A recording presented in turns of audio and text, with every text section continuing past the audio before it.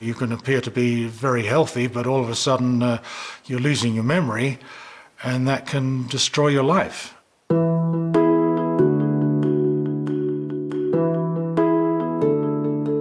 Okay, would you like to cut? Mm-hmm. I've got a good hand.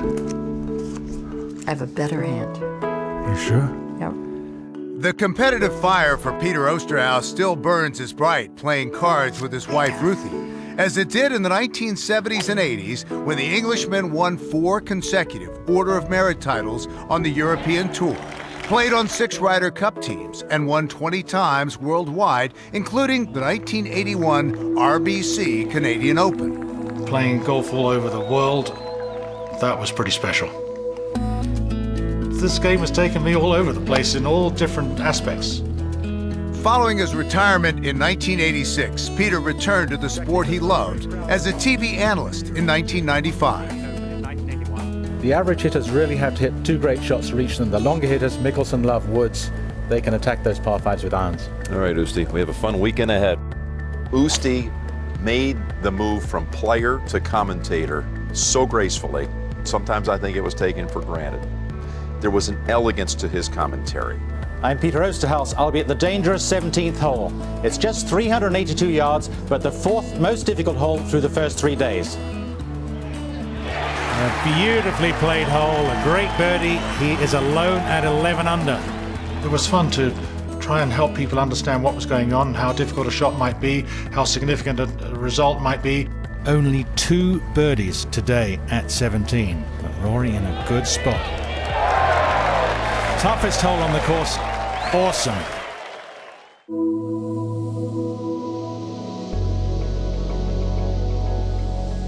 So what about when I first met you? What? When your friend introduced you to me, and you say, "Oh, you're going to be meeting a lot of people. My name is Ruthie, don't forget." And I said, "I won't." I know. And you didn't. But Peter had noticed there were other things he was forgetting while on the air. Describing some action, I would say, well, this guy's got a 6-footer here, he made a 6-footer on the last green last week to win the tournament, blah, blah, blah. Now, I wouldn't be able to remember that, what had happened the previous week. I just talk about what's on the screen. So I knew my memory wasn't as good as I would have liked it to be. He was diagnosed with early onset Alzheimer's in July 2014. I couldn't even respond. I couldn't even talk.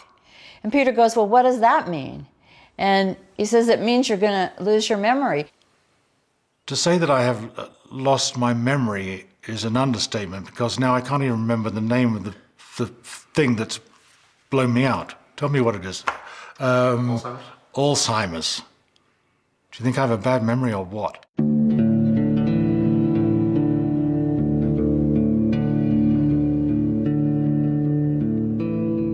20 years with CBS, a great team. It's been some special places, watched some special tournaments. Had to retire. Peter retired from broadcasting in January 2015, but still has the support of all of us in his CBS Sports family, especially Jim Nantz. When I heard the news late in 2014, I was devastated. It hit very close to home. My father had been stricken with Alzheimer's back in 1995 and suffered for 13 years. And I just couldn't bear the thought that Oosti and Ruthie were going to be going on this journey together. Jim called, and that was the moment that we got some help, finally. I just begged them, come down to Houston. So he's being treated through our team of doctors at the Nantz National Alzheimer's Center at the Texas Medical Center in Houston. I mean, it's definitely drawn us closer together. To have Jim Nantz involved, a great guy that he is, I was delighted to have the opportunity to go to that Alzheimer's place in Houston.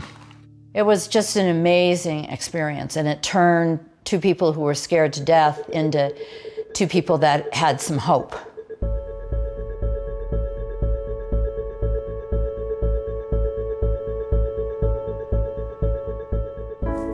And the cards we've been dealt, it's amazing. Human beings rally.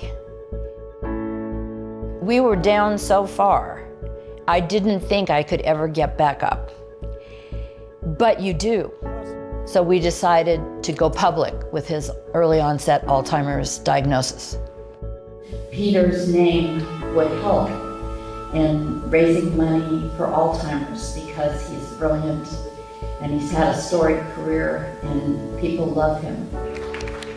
Alzheimer's needs people to stand up, not be silent. Peter Oosterhuis, the golfer, I truly believe never got the acclaim he deserved as a player. The reaction to his record is as understated as the gentleman himself. If somebody can figure out a way to cure this and stop people losing memories, that would be absolutely fantastic. It doesn't take much of an effort to put that message across, but I'm pleased to do it. I know people would find this hard to believe, but we've been very lucky. Very lucky. Very lucky. Cheers.